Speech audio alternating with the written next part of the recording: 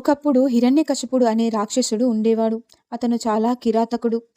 గొప్ప తపస్సు చేసి బ్రహ్మదేవుని యొక్క అనుగ్రహాన్ని పొందుతాడు. అప్పుడు స్వయంగా బ్రహ్మదేవుడు ప్రత్యక్షమయ్యి నీకు ఏ వరం కావాలి అని కోరుకో అని అడగగానే ఆ హిరణ్యకశిపుడు ఏమంటాడంటే తను మనుషుల చేత కానీ జంతువుల చేత కానీ చనిపోకూడదు. అలాగే రాత్రి కానీ పగలు కానీ చనిపోకూడదు. అలాగే లోపల కానీ బయట కానీ చనిపోకూడదు. భూమి మీద కానీ ఆకాశంలో కానీ చనిపోకూడదు.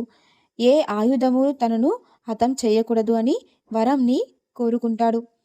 ఈ వరానికి ఆ బ్రహ్మదేవుడు తదాస్తు అని ఈ వరాన్ని అందిస్తాడు. వరంతో అతను అహంకారంతో దేవతలను, ఋషులను, విశ్వాన్ని బాధిస్తాడు. ఈ యొక్క కుమారుడైనటువంటి ప్రహ్లాదుడు హిరణ్యకశిపునికి జన్మిస్తాడు.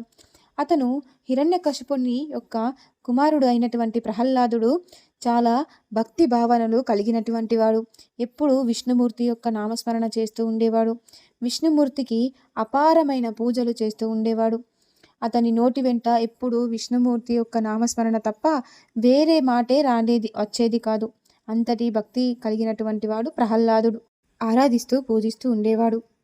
తన తండ్రి అయినటువంటి హిరణ్యకశిపుడు ఎన్నిసార్లు తనను హతమార్చాలి అని అనుకున్నా కానీ ప్రహ్లాదుడు ఆ విష్ణుమూర్తి యొక్క నామస్మరణ చేయటం, అతనికి ఎన్ని రకాల శిక్షలను వేస్తూ పాములతో కానీ ఏనుగులతో తొక్కించడం కానీ ఎన్నో రకరకాల శిక్షలను వేస్తూ ఉంటాడు.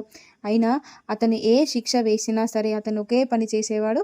ఓం నారాయణాయ నమః, ఓం నారాయణాయ నమః అనే మంత్రాన్ని జపిస్తే సరిపోతుంది. ఆ విష్ణుమూర్తి ప్రత్యక్షమయ్యి ఆ బాలుని చక్కగా కాపాడేవాడు. అంతటి అపారమైన భక్తి భావన కలిగినటువంటి వాడు ప్రహ్లాదుడు.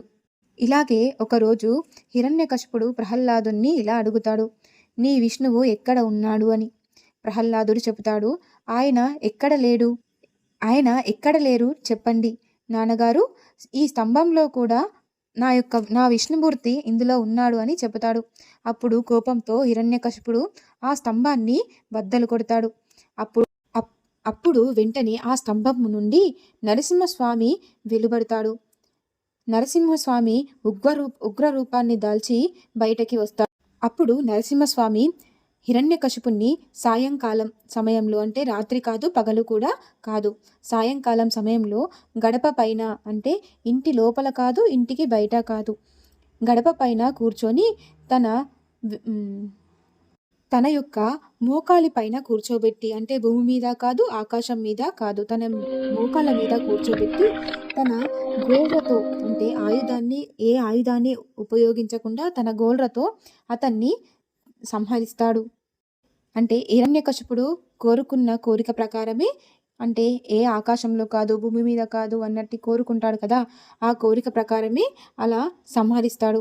ఇలా బ్రహ్మవరం ధర్మానికి ఎలాంటి లోటు కలగకుండా ఆ భగవంతుని యొక్క సహాయంతో ఆ హిరణ్యకశిపుణ్ణి అంతమొందిస్తాడు.